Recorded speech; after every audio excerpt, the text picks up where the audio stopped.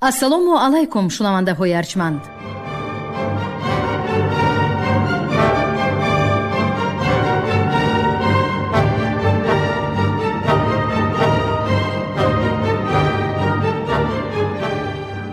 ба таваҷҷӯҳи шумо гуфтор аз силсилаи хониши адабӣ.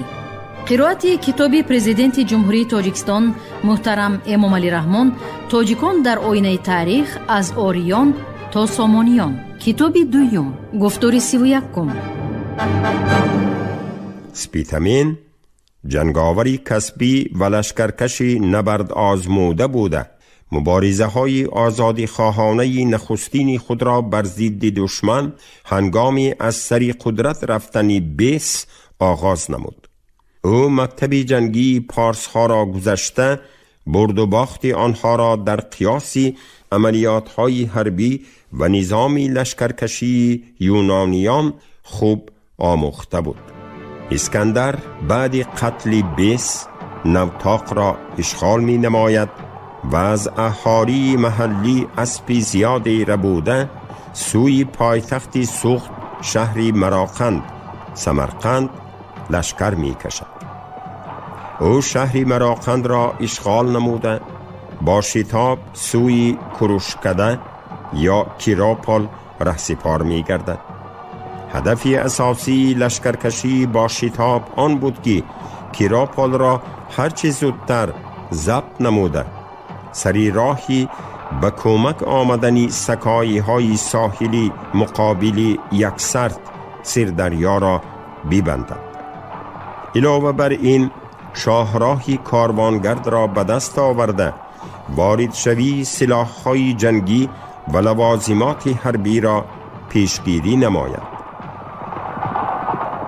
لشکری اسکندر در سری راهی کیراپول و مقاومت شدید مردم محلی دچار می آید و مبارزه های استقلال خواهی نیاگان ما بر ضد اجنبیان یونان و مقدونی بالا می گیرد.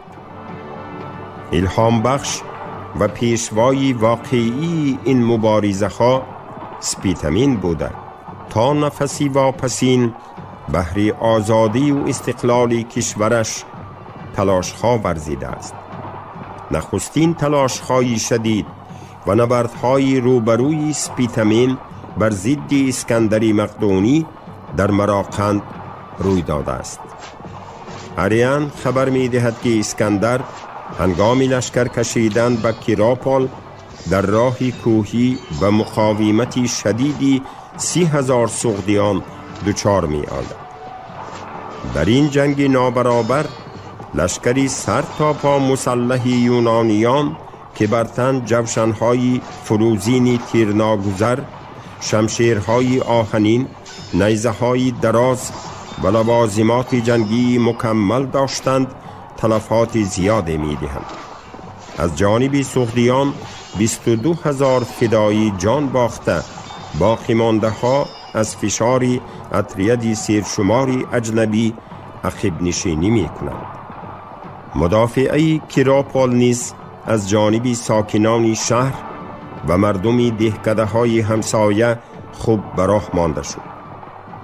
دیوارهای مستحکم قلعه شهر را حتی با منجنیق رخنه کردن نتوانستند. اسکندر مقدونی دور و دراز دوام کردن محاصره را پی برده فوج لشکرش را به سمت دیواری مقابل قلعه پرتافت و مدافعچیان را در غفلت گذاشته توسط ناعیان کافتن جوی آبگذر به شهر زده درآمد. ساکنان شهر در جنگ‌های کوچگی مقابلیتی سخت نشان دادند. در طول این جنگ‌ها اسکندر مقدونی و چندین سرلشکران او زخم برداشته عاقبت کیراپول را اشغال نمودند. اسکندر مقدونی آواره ضبط استروشن و فرغانه و ساختن گرنیزان حربی در خوجند بود که سپیتامین مردمی محلی را متحد نموده با دسته جنگاوران اردوی لشکری در مراقند بوده دشمن را تارمار می کند. سال 329 پیش از میلاد و شهر را به دست می آورد.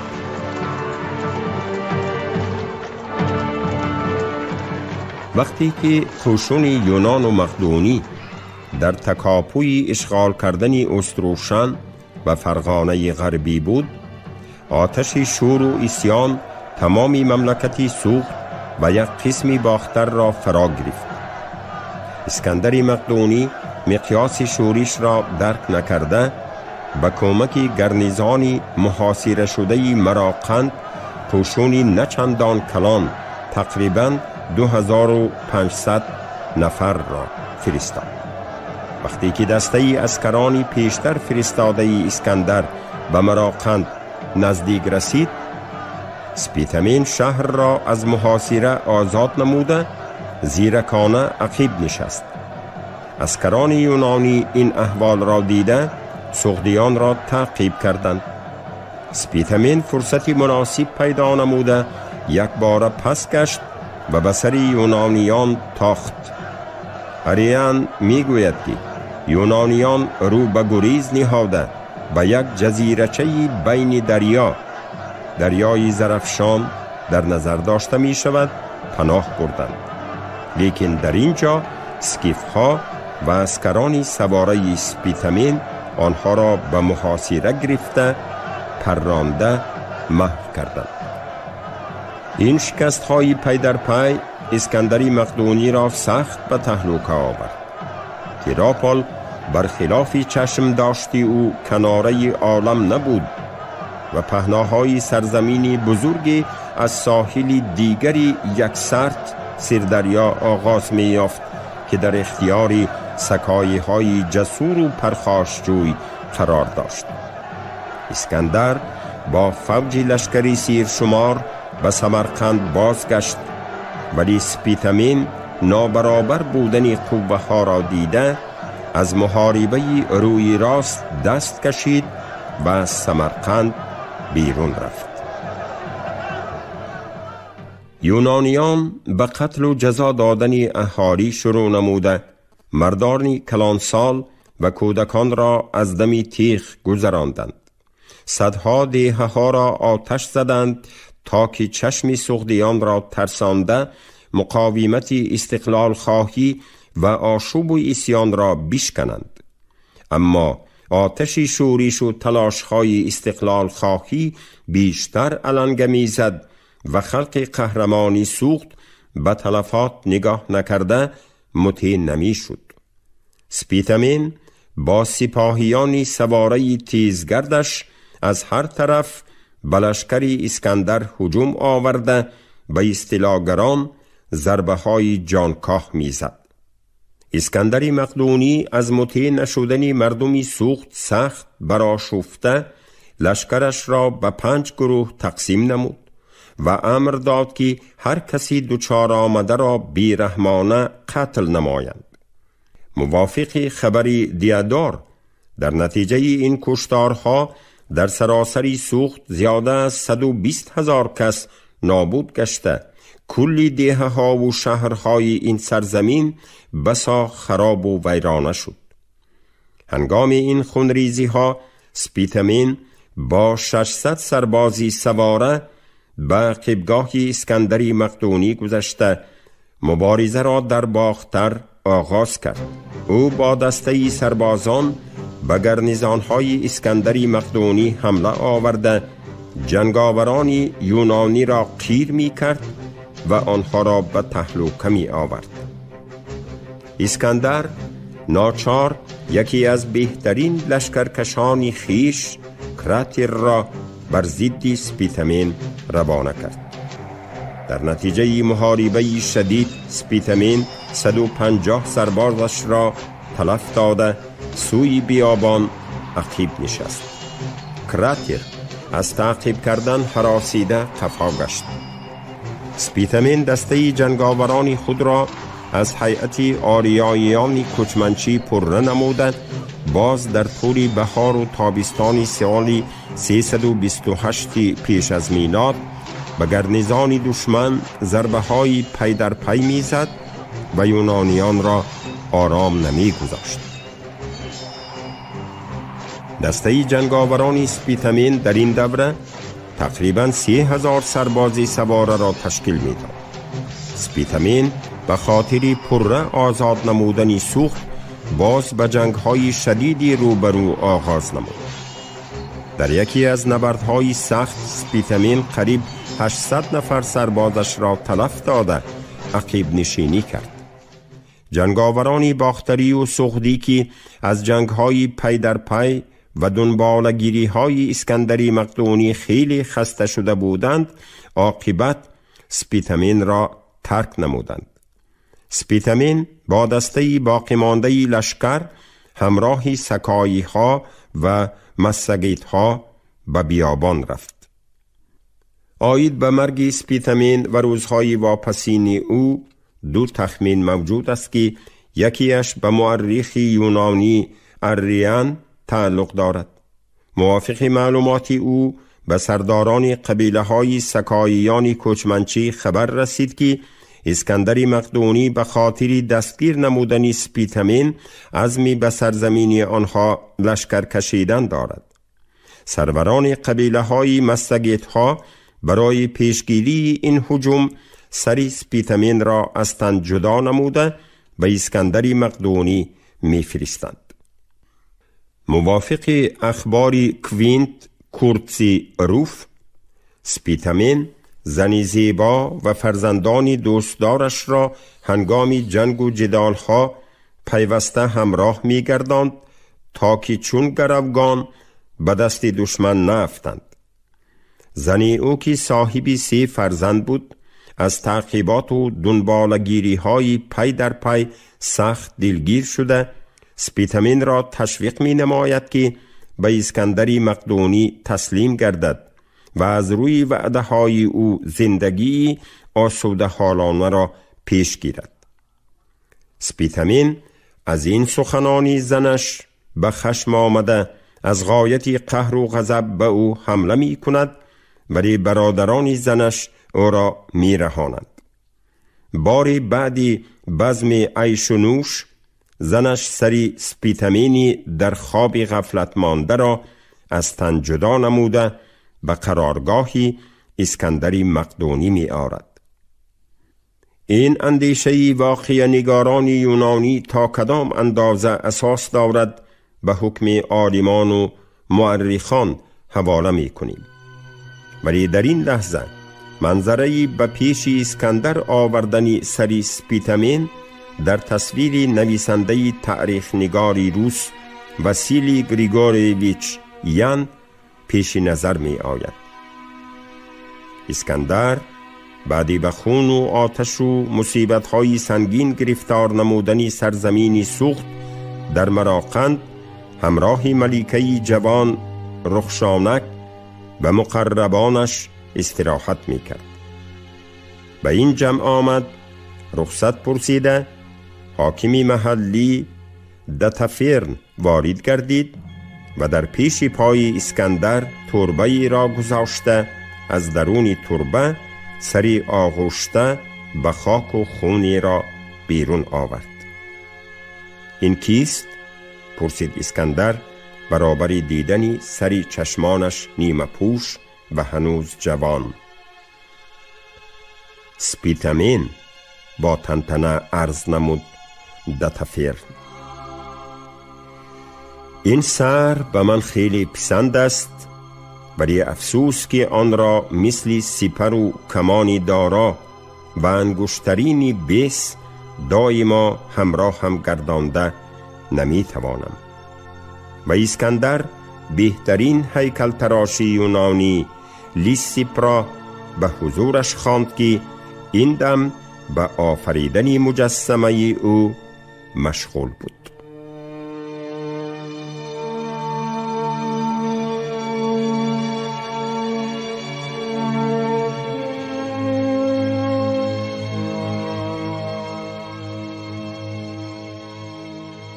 تو عیناً نسخه برنجی همین سر را آفریده می توانی؟ پرسید اسکندر. او از همه لشکرکشان و دشمنانی تا این دم واخوردم جسورترین و تواناترینش بود. سپیتامین چون دیگر حریفانم از من نمی گریخت، بلکه با سربازانی کم شمارش به سری لشکری من پیوسته حمله می آورد. تلاش‌های استقلال خواهی و وطن پرستانه سپیتامین یکی از درخشانترین صحیفه های تاریخی مبارزه های متشکلانه نیاگان سغدی و باختری ما علیه استیلاگران می باشد. این مبارزه های شدید قریب 4 سال ادامه یافته. بعد مرگ سپیتامین هم آرام نگرفت و اسکندر مقدونی را وادار نمود که 10 استحکام های حربی و گرنزان های مدافعی سازد. تنها در حدود باختر و سوخت موافق معلومات استرابان 8 شهر و از روی عقیده یوستین 12 شهر بنیاد نموده است که آنها اساساً برای نگهداری و محافظت اطریت‌های یونانیان و زیر اطاعت نگاه داشتن ساکنان این سرزمین قامت افراخته بودند.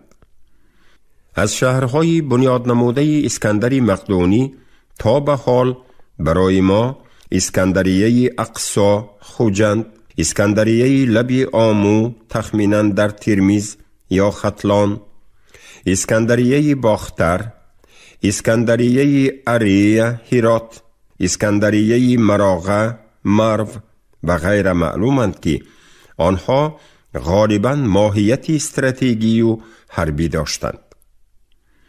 بعد مرگ سپیتامین به طرف اسکندر مقدونی گذشتن اشرافان معنای انتها یافتن مبارزه را نداشت. اهالی محلی بر ضد استیلاگران نهانی و آشکارا برخاسته راه پیش گرفته سپیتامین را ادامه می دادند. مرحله آخرین این مبارزه ها در ناحیه های مرکزی باختر هنگام حرکت لشکری او به جانب دریای آکس امودریا راست می آید. موافق اخبار سرچشمه ها یکی از سرلشکران معروف اسکندر پلیپیر خاند بعد محاربه های شدید بوبکین را مطیع کرده برای پایداری حاکمیت خیش شهر نوبتی اسکندریه را می سازد که از روی نشاندادهای بعضی مؤلفان بین تملیت و مونک، از روی دیگر سرچشمه ها بین هولبوک و مونک واقع گردیده است. جای همه این نقطه ها معلوم است. مونک در ناحیه خاورینگ واقع بود. هولبوک به طرف جنوب از کولاب در جای قشلاق قربان شهید در شفت دریای سرخاب، تملیت در جنوب گذرگاهی وخش نزد نارک. در یکی از این جایها پلیپیر خاند اسکندریه را بنیاد نموده است.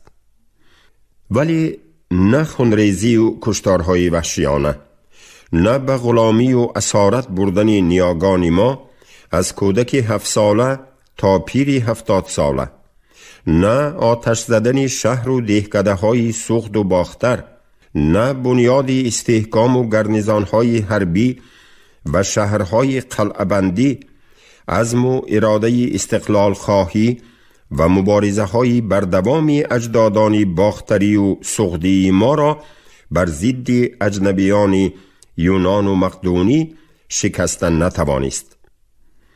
مبارزه های پی در پی متشکلانه زیر پرچم آزادی و استقلال گرد آمدن قوم و قبیله های مختلف، اتحاد هدفمند ساکنان شهر و دهات علیه دشمنی مکار و دیگر عاملها، هویت آزادی خواهی و وطن پرستی را در نهاد مردمی باختر و سوخت پرورش داد و در امتحانهای بسا دشواری تاریخ آزمود.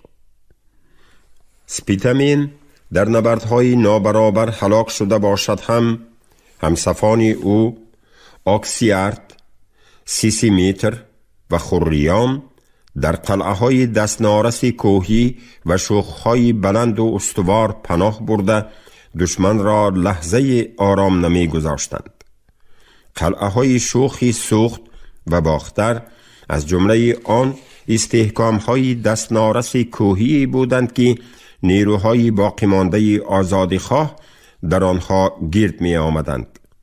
حمایتگران قلعه ذخیره کافی خوراکواری و آب داشتند و مبارزه را بی‌دودیلگی ادامه می دادند. اسکندر مقدونی مجبور شد که پیراهه‌های مشکل گذر و ورطه‌های خطرناک را پسی سر کرده و جنگاوران فتح کننده این قلعه ها مبلغی گرانی 12 تلنت به فاتح نخستین و 300 تنگه طلایی به فاتح آخرین پیشنهاد نماید. بعد فتح قلعه سوخت به قول یعقوبوف، اسکندر 30 نفر سروران شورش را در کوه می کشد و حمایتگران باقی مانده را به غلامی داده اموالشان را به تاراج می برد. موافق معلومات اریان، اسکندر مقدونی بعد ضبط قلعه سوخت اهل عائله آکسیارت را با تلفظ محلی وخشورته اشاره به دریای وخش اسیر می گیرد که در بین آنها دخترش رخشانک نهایت زیبا هم بوده است. به گفت اریان، در حسن و جمال و زیبایی تنها زنی دارای 3 به او برابر شده می توانسته است. اسکندر با یک نگاه به رخشانک عاشق شده او را به زنی می گیرد. آکسیارت این را پی برده اختیاراً به حضور اسکندر می آید و با عزت و اکرام پذیرفته می شود. اسکندر مقدونی بعد تلفات گران، زحمت‌های روسفزونی، لشکرکشی‌ها و جنگ و جدال‌های بیشمار راه سازشکاری را پیش گرفته با اشرافانی با نفوذ و حاکمانی صاحب اعتباری باختر و سوخت رابطه‌های خویش و تباری را برقرار می نماید و منصب و مقام آنها را نگاه می دارد. با پیش گرفتن این سیاست، اسکندر در بین اعیان و اشراف و حاکمان سابق سوخت و باختر اعتبار پیدا کرده در مطیع نمودن آشوبگران و سرکوب ساختن خلق آزادیخواه دست بالا می گردد. خیانت طبقه اعیان و اشراف و روحانیان با نفوذ از یک طرف و مرکزیت نداشتن نیروهای شورشگران بعد سر سپیتامین باعث شکست تلاش‌های استقلال خواهی گردیده آخرین ولایت‌های قلمرو هخامنشی باختر و سوخت را مطیع امپریای پهناوری اسکندر مقدونی می نماید. بعد تلاش و مبارزه های شدید و خونریزی های بی عددی قریب 4 ساله، اسکندر مقدونی باختر و سوخت و دیگر کشورهای آسیای میانه را به هیئت امپریای خود متحد نموده بعد هخامنشیان به دومین امپریای بزرگ جهانی بنیاد می گذارد. امپریای اسکندر مقدونی قلمرو دولت هخامنشی را فرا گرفته بر علاوه آن دولت‌های یونان و مقدونیه و دیگر کشورهای نیمجزیره بلکن را متحد می کرد.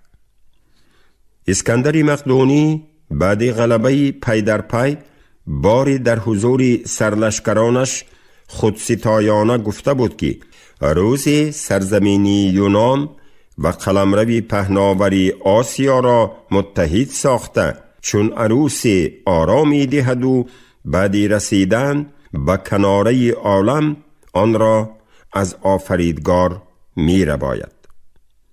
او طی 10 سالی کشورکشایی ها و لشکرکشی ها نه به کناره دنیا رسید و نه آتش آشوب و اسیان ها را در قلمرو پهناورش خاموش کننده توانست. علنگه شورش و آشوب های استقلال خواهی را نه در یک گوشه امپری خاموش می کرد که خطری در گوشه دیگر بالا گرفتن آن او را آسوده نمی گذاشت. اسکندر مقدونی بعد فتح باختر و سوخت عاقبت عزم هندوستان نموده 3 سال دیگر در قسمت‌های هندوستان غربی وادی پنجاب لشکرکشی ها کرد و با دشواری قشون‌های فیلسواری حاکم آن پار را شکست داد. او مقصد داشت که یورش خود را به وادی دریای گنگ ادامه دهد، ولی سربازان خسته‌حال و از جنگ و جدال دلگیر شده اش او را دستگیری نکردند. او مجبور شد که دسته های جنگاورانش را تقسیم نموده با راه خشکی و بحر سوی بابل رهسپار گردد. به دسته قشون‌های با راه خشکی رهسپارش خود اسکندر مقدونی و به سربازان با راه بحری روانش سرور فلات نیارخ راهبری میکرد. بعد عذاب و مشقت‌های گران و پیمودن بیراهه‌های دشوار گذر لشکر اسکندر به بابل برگشت و خود او سال 323 پیش از میلاد در سن 33 سالگی از دنیا گذشت. و نهایت امپریایی که از پهناهای دونای تا سرزمین هند، از بحر میان زمین تا ساحل دریای سیر دامن افراخته بزرگترین دولت دنیای قدیم بود، بعد مرگ اسکندر مقدونی پراکنده شد و در حدود آن دولت‌های جداگانه پدید آمدند. نیاگان باختری و سغدی تاجیکان را به هیئت دولت هخامنشیان عمومیت زبان، مذهب، فرهنگ آریایی و نهایت تقدیر یگانه تاریخی متحد ساخته باشد، در دوره استیلای اسکندر مقدونی هویت وطن پرستی و استقلال خواهی آنها بالا گرفته، بعد هلاکت سپیتمین و پخش گردیدن شورش های خلقی باختر و سوخت به تصرف استیلاگران یونان و مقدونی درآمد.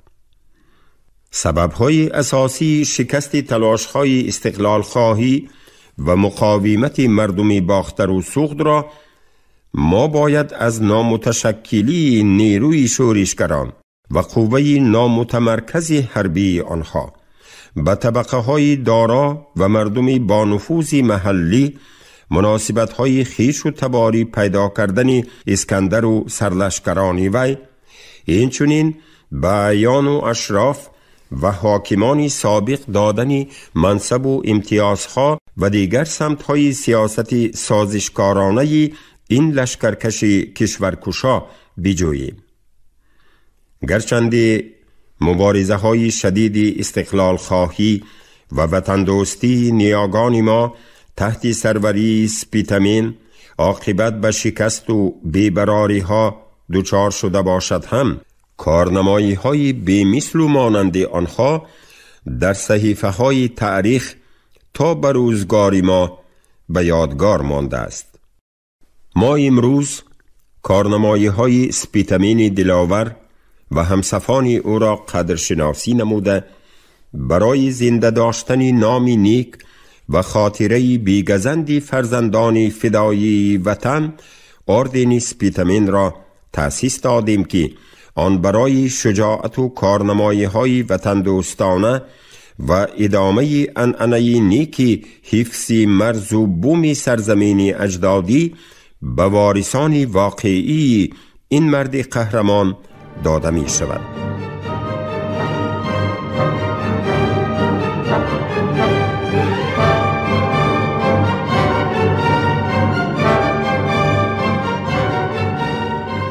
شنونده های گرامی، شما گفتار 31 رو از کتاب پرزیدنت جمهوری تاجیکستان محترم امامعلی رحمان تاجیکان در آینه تاریخ از آریان تا سامانیان شنیده. راوی علیزاده عبدالرشید خوجمخور، کارگردان شیرعلی نغزلی. پایان گفتار از سلسله خوانش ادبی.